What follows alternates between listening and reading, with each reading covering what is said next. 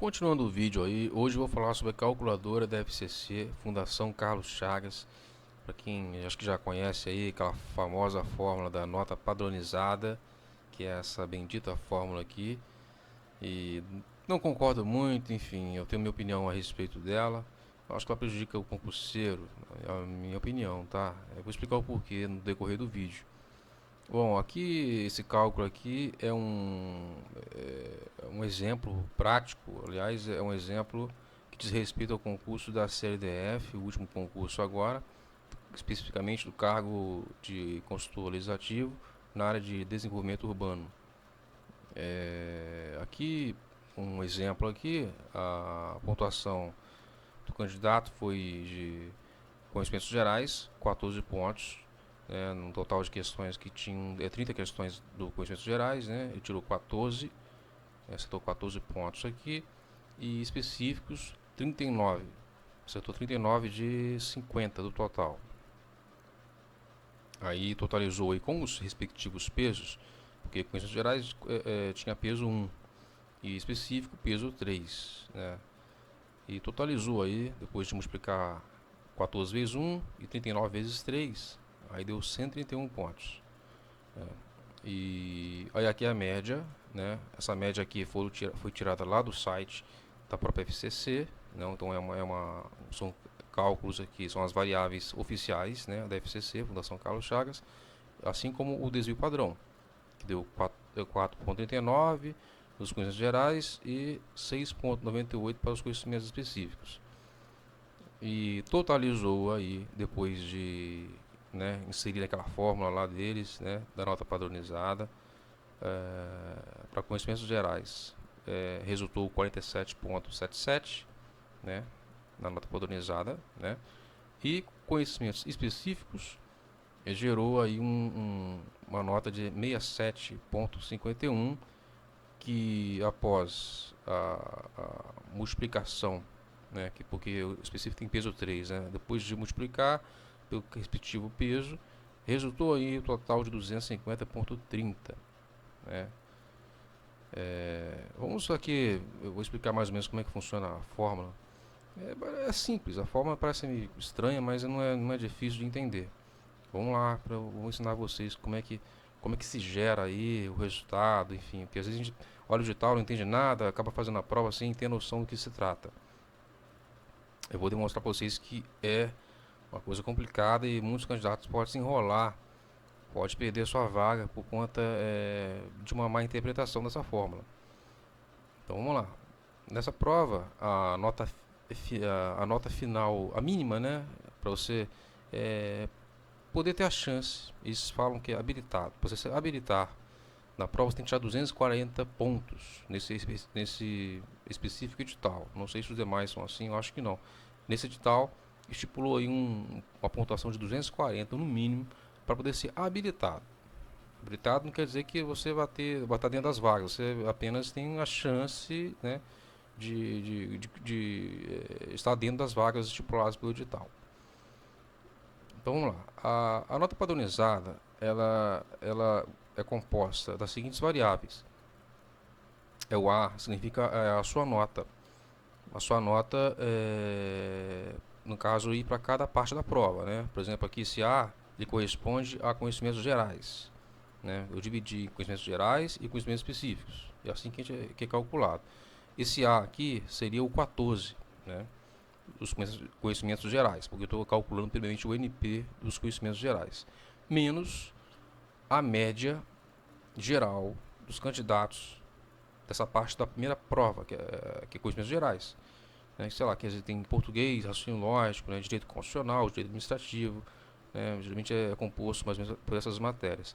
Então se tira uma média de todos os candidatos ali nessa parte da prova de conhecimentos gerais, né, divide pelo desvio padrão, né, respectivo também dos conhecimentos gerais. Repare que essa parte todinha é correspondente a conhecimentos gerais. Isso tudo multiplica por 10 e soma depois esse resultado com 50. Então repare que você tem 50, todo mundo tem 50 pontos, né? Você tem aqui 50 pontos, digamos assim, teoricamente garantidos, desde que você não se atrapalhe nessa parte da prova dessas variáveis. porque a gente diz que Sebrasp, você pode perder pontos e tal. Acontece que aqui também na FCC você pode perder pontos também, porque há um lado negativo aqui, ó. Se, por exemplo, você fica abaixo da média geral dos candidatos na parte de conhecimentos gerais, por exemplo, você pode sofrer aí, tá vendo aqui algum exemplo, ficar esse lado aqui negativo, por sua vez, perder pontos, né? Repare aqui, ó, esse exemplo aqui, o candidato ficou abaixo da média. A média de conhecimentos gerais foi 14,98. Depois de inserir na fórmula, ficou 14 menos 14,98, resultando em 0,98, né? Aí dividiu pelo desvio padrão de 4,39, né? Aqui o 4,39, resultou menos 0,22, ou seja, está negativo. O cara está perdendo um ponto aqui já. Aí tem um peso 10 para piorar mais ainda. Imagina, aí você dá 2,23. Então o candidato ele perdeu, teoricamente aqui, na prática, na verdade, 2 pontos. Então adquiriu, ele não conseguiu manter aqui esses 50 pontos que, digamos, entre aspas, né, é dado pela banca, entre aspas, né? Ele perdeu, repara que está abaixo de 50. Não só perdeu, como deixou de ganhar, né? Porque você tem um peso 10 aqui. Se você fica abaixo da média, você é prejudicado. Então, é complicado isso aqui. É muito complicado. A pessoa tem que ter muito cuidado, especialmente com os conhecimentos gerais. Vou explicar por quê, mais explicações detalhadas sobre isso daqui a pouco. Agora vamos para conhecimentos específicos. Geralmente, os conhecimentos específicos têm peso maior. É peso 3, né? Acho que basicamente é isso mesmo, peso 2 ou peso 3. Dessa prova foi peso 3. Quer dizer, um bom peso, né? Você fala assim, nossa, peso 3, então vou estudar só para específico, porque é peso 3. Conhecimentos gerais eu vou deixar para lá que é peso 1. Não façam isso, colegas. Isso aqui é um suicídio, tá? É um suicídio. Eu vou deixar um exemplo, vou colocar um exemplo para vocês aqui para você ver que é um suicídio. O cara pensar assim, vou só minha estratégia vai ser só estudar específicos, porque é peso 3. Não façam isso. Então, continuando aqui, agora vamos calcular a nota padronizada dos conhecimentos específicos, que nesse exemplo, a pessoa tirou 39 pontos, esse candidato tirou 39 pontos, uma boa pontuação, né, em específicos, de total de 50 pontos, 50 questões, cada uma valendo 3, né? Peso 3, enfim, o peso é colocado depois que a gente joga o peso, mas inicialmente ele tirou 39 pontos, né? 39 questões acertadas, menos a média geral. A média dos conhecimentos específicos para esse grupo de candidatos foi de 26,78. Então repara que ficou bem acima da média, né? Geral, né? A média geral foi 26,78 e tirou 39. Então aqui vai ficar bem positivo, né? Que é muito bom. Divide por desvio padrão, que é o 6,98 para os específicos, que foi dado pela FCC, né, multiplicado por 10 e mais 50. Então aqui vai ficar positivo, repare, bem positivo, né, deu 1,75 vezes 10, quer dizer, o cara ganhou 17,51 mais 50, que é da fórmula, total 67,51. Só registrando aqui, desvio padrão, ele mede, na verdade, o grau de dispersão em torno da média, né? Quanto mais disperso for aquelas variáveis, aquele grupo de dados, é, é, é, mais disperso, maior o valor do desvio padrão. E quanto mais próximo de zero esse desvio padrão, mais quer dizer que mais homogêneo são aqueles dados. Um exemplo, né? Conhecimentos gerais, por exemplo, é uma tendência de se tornar são dados mais homogêneos, porque português, direito constitucional, direito administrativo são matérias batidas, né? O concurseiro em geral conhece, entendeu? Mesmo português, dá para se arriscar, mesmo que o cara não estude português, o cara há uma tendência de as notas ficarem iguais, entende? Como fosse isso. Não há uma dispersão muito grande em conhecimentos gerais. Então, por isso que é perigoso você errar muito conhecimentos gerais. Porque são matérias que as pessoas em geral conhecem, entende? Então não há uma dispersão muito grande. Não tem, por exemplo, sei lá, de 0 a 30, né, no caso aqui, conhecimentos gerais correspondeu. Ninguém tira assim, o outro cara tinha 30, um tira 2, outro tira 29. Você não vai ver muito isso. você vai ter uma média, sabe? Uma coisa mais homogênea, coisa mais estável. Agora, conhecimentos específicos, em regra, né, tende a ser mais disperso. Por quê? Repara que aqui foi até maior, realmente, o desvio padrão do conhecimentos específicos. Porque vamos imaginar se é uma prova de medicina. Medicina, sei lá, não, uma medicina não, um cargo mais técnico, assim, mais específico, um especialista em agência reguladora, que são cargos, né, que as pessoas às vezes aspiram em qualquer área, aí pessoas vão arriscando ali, numa determinada área bem estranha. Por exemplo, ANTAC, né, especialista da ANTAC, por exemplo, né, na área de navios lá, os que eles fiscalizar aquelas partes lá. É uma área muito técnica, né, muito específica. Nem material você acha direito na internet, nem curso. Então, há uma tendência de uma dispersão maior. Né? Alguns podem ser muito bons por ter feito mestrado, doutorado na área, vão tirar uma pontuação muito boa. Outros não sabem, nunca já estudaram, ou então é paraquedista, sabe, faz aquela prova por fazer. Então, há uma tendência de uma dispersão aí maior, entendeu? Então, por isso que específicos, a tendência é uma tendência de um desvio padrão maior, que acaba refletindo nas notas em geral. Repare que quanto menor esse desvio padrão aqui, maior tende a ser esse conjunto aqui, ó, essa divisão aqui, né? E se você fica abaixo da média, isso vai ficar muito negativo. Vai ficar muito negativo, multiplicado por 10, vai potencializar aqui negativamente sua nota. Entendeu? Isso é complicado. Então, tem que ter muito cuidado com conhecimentos gerais. Você tem que pontuar bem conhecimentos gerais. Não é peso 1, peso 3, não. Tem que dar valor, sim, a conhecimentos gerais. E eu vou dar um exemplo aqui que pode arrebentar com a pessoa se a pessoa tirar muito pontuação ruim em conhecimentos gerais. Do contrário, quem faz uma boa pontuação em conhecimentos gerais e faz uma pontuação boa também em específicos, mas nada assim exagerado, acaba passando aquele cara que foi muito bem em específico. Entendeu? Então, essa fórmula, a meu ver, agora a minha opinião, que no início do vídeo eu ia expressar, é que eu acho que ela limita a estratégia do candidato. Né? Você faz aquela prova da FGV, do Sebrasp, dessas outras bancas, né, que não adotam esses padrões aqui de fórmula nenhuma, aquela coisa direta, né, peso vezes, no caso da ESAF, né, em FGV, peso vezes a quantidade de pontos que você acertou e pronto, não tem essa coisa de jogar isso na fórmula, padronizar isso, passar por um rolo compressor e gerar uma nota, não tem isso, é uma coisa direta. Então o que acontece? É, acaba que você fica dependendo, você ficava dependendo das notas dos outros candidatos, né? Isso é muito ruim. Isso é muito ruim. Você não depende só de você, depende dos outros. Olha o complicador, é um complicador.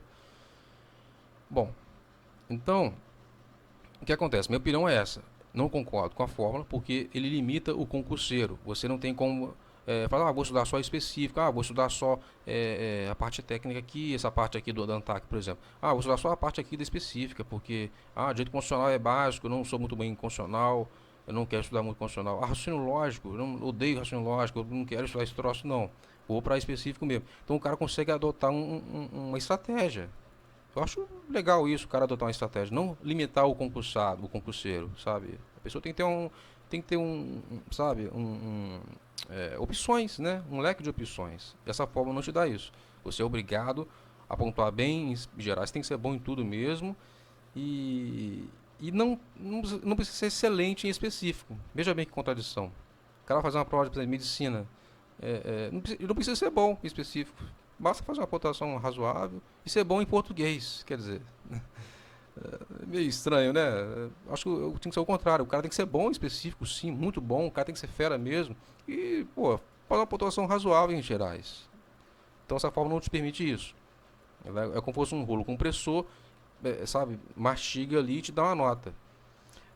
Quando eu fiz a minha prova pela primeira vez, a nota da UFCC, em 2006, a UFCC tinha uma fama de banca ruim, que fazia questões mal elaboradas, que a meu ver ainda faz, assim, mas tem melhorado muito ultimamente, melhorou bem, mas são questões complicadas. Às vezes você fica lendo a questão, enunciado a questão, lendo, e não consegue compreender o que a banca quer de você, sabe? Então eu acho assim, são questões mal elaboradas, sim, recursos, mesmo que você faça recursos, ela não olha muito, sabe? Só aquelas coisas bem complicadas, bem sinistras mesmo, fora de edital, matéria foi cobrada que não devia ter cobrado, ela acaba anulando. Agora, coisa assim, está errado, você vê que tem uma coisa, tem erros na questão, mas assim, mesmo assim ela não anula. Eu acho assim, a FCC uma banca fraca, eu acho, a meu ver, tá? Tem gente que não vai discordar, mas a meu ver é fraco, não só pela questão dessa adoção dessa fórmula, como as questões que ela elabora.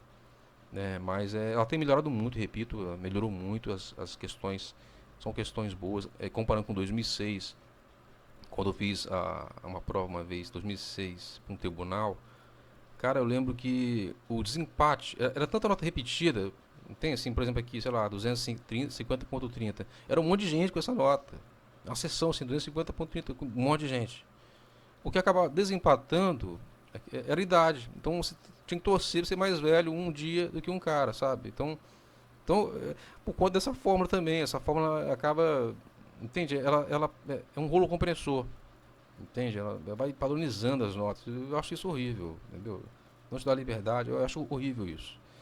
Vamos continuar aqui, né? Então, pessoal, depois que você pegou aí, né, a nota geral, conhecimentos gerais, né, que deu aqui, específicos, você vai jogar depois os pesos, né? No caso aqui, básico era peso 1, né? Peso 1, conhecimentos gerais peso 1, e específicos peso 3. Aí multiplica aqui, aí resultou 250.30.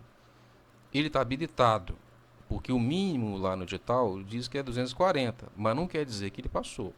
Está habilitado, né? Ele tirou o mínimo lá que o edital estipulou, mas ele não, ele tem que estar dentro das vagas, né? Que nesse caso eram 40 vagas para ir para a segunda etapa lá, discursiva. E a nota de corte, olha que engraçado, agora essa parte é importante. A nota de corte foi 259,65. 259,65 foi o corte. Aí não ficou fora da zona aqui, foi tá habilitado, mas ficou fora, né? Então foi reprovado, né? Não ficou dentro das 40 vagas, porque a nota de corte foi 259,65.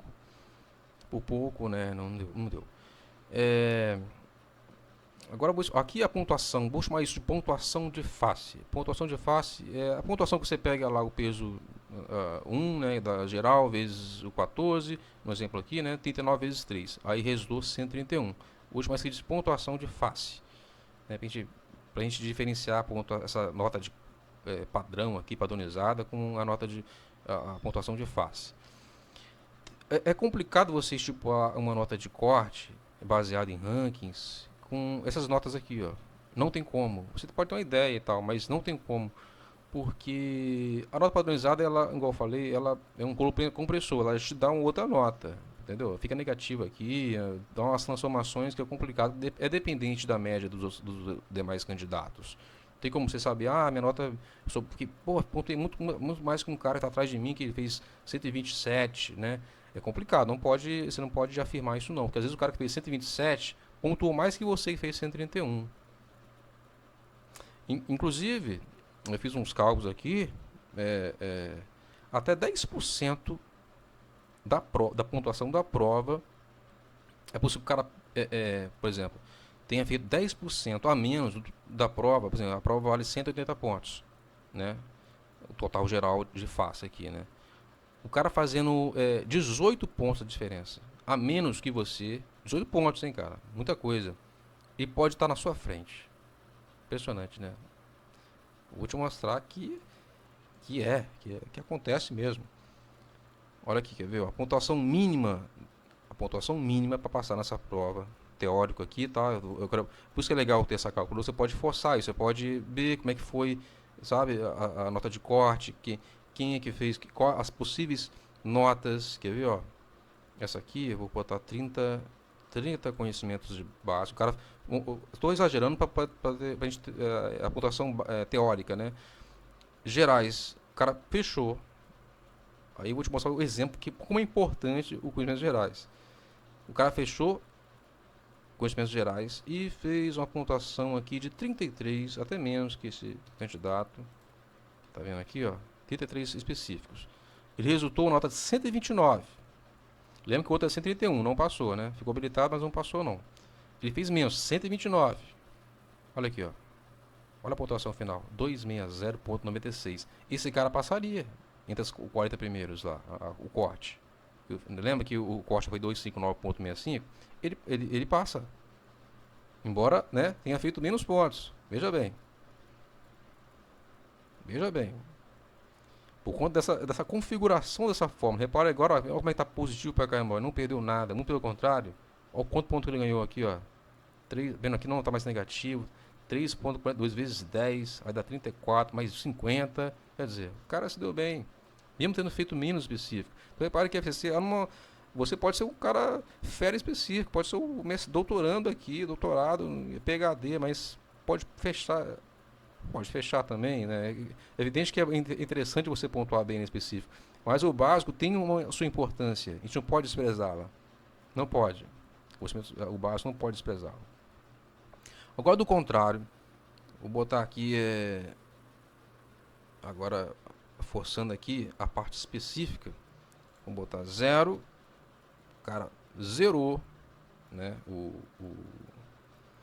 conhecimentos básicos e vamos colocar, tinha feito aqui um cálculo, 49, vamos ver 49. São 50 questões, o cara só errou uma, né? O cara só errou uma. Aqui é o mínimo dele, tá vendo? Ó, ele tirou 0, tirou específico, só errou uma em específico, tirou 147 pontos, olha só. O cara que tirou 129, olha como é que dispersa a coisa. E passou, né? 261, quase que o mínimo, né? Vamos botar assim, né? Quase, muito próximo do mínimo, um pouquinho mais que o mínimo. Aí ele passou do corte, né? 259, tô com 261. Aí teve que se matar, rasgar aqui no específico. Errar só uma e zerou os conhecimentos gerais.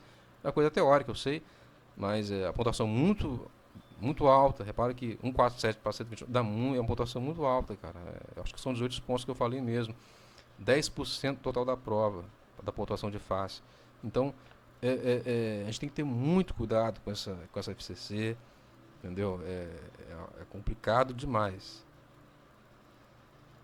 E é isso, pessoal. Eu acho que isso que eu quis demonstrar. Vocês podem baixar essa tabela, essa calculadora do FCC no site. Vou deixar na descrição do vídeo. Pode ficar à vontade. Espero que vocês tenham gostado, entendido. Qualquer dúvida, pode comentar aí, mandar uma mensagem para mim via site ou via comentário aí do YouTube. Peço a inscrição de vocês, se vocês puderem aí nos ajudar a manter esse trabalho. Tá bom? Muito obrigado. Até mais. Tchau, tchau.